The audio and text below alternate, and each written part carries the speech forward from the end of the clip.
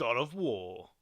Made by Santa Monica Studios, with the lead director being Cory Barlog, who showed more emotion in a 5-minute reaction video than Bran Stark did in the entirety of Game of Thrones. Gone are the old ways of the hack and slashing of God of War, and in its rest comes the methodical, over-the-shoulder, rip enemies' collarbones apart combat. You'll be playing as Kratos, the God of War, accompanied by his son Atreus to complete the war's longest delivery quest as you journey through all of Norse religion to scatter the ashes of Kratos' recently deceased wife. And he thought now would be the best time to do it, straight after an assassin gets sent to kill him. What? But after you get over the best opening sequence to a game ever, you'll ask yourself, wait, why do all the climbable sections have yellow paint on it?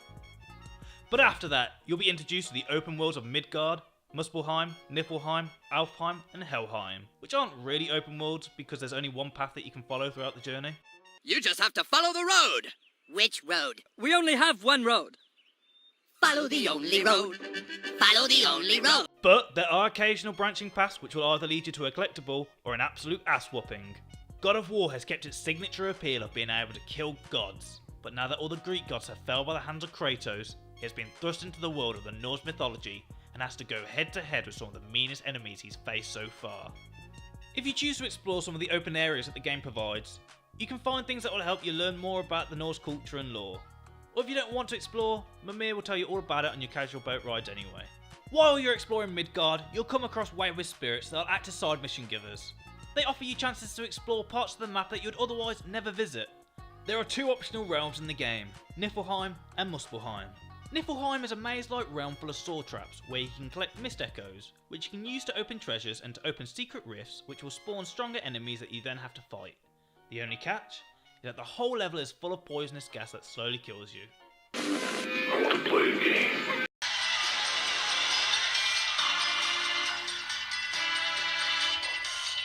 Muspelheim is a realm that's entirely based on challenges, and you must complete every challenge to reach the top of the mountain where one of the Valkyries are waiting for you.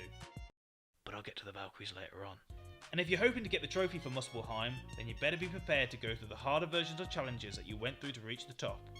This game has a lot of things to find and collect, and doesn't the trophy list like to remind you of it, since there are 8 different trophies for collecting things, like fully explore Vuthengard, learn all the languages of Niflheim and Muspelheim, collect all artifacts, find all the dig spots, and free all the dragons. All of them as easy as the last.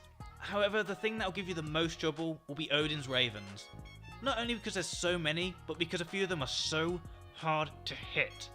Some even fly around, making them even harder. They're also difficult to find in the first place. If you want my advice, just find a guide on the internet. I did, and there's no shame in it. And you can't convince me that there is. Right, okay. Valkyries. These are probably the best and the worst things that the game producers put in the game, because these boss fights will kick your sorry ass when you first encounter them. All 8 will give you trouble in different ways, and they will almost definitely take a chunk of your soul as you're trying to find a way to beat them. And after you finish collecting everything, upgraded Kratos to the max, endured Niflheim, conquered Muspelheim and spanked the 8 Valkyries, you should have the...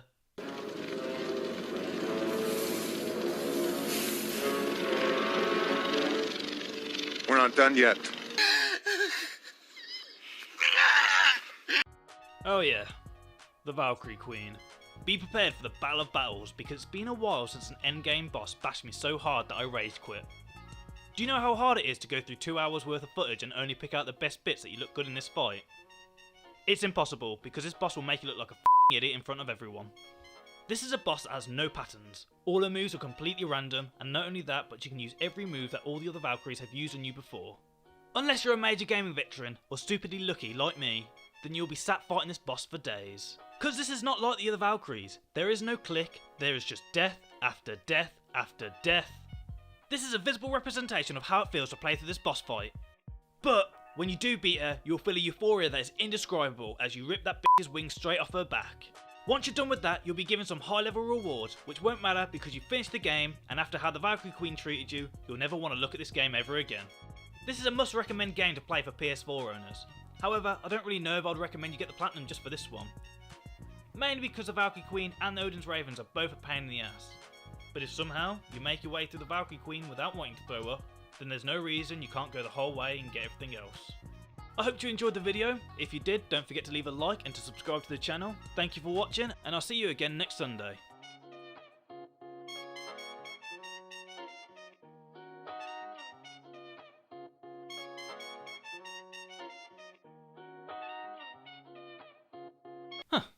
I did it. I made it through the whole video without making a Boy. reference. Oh,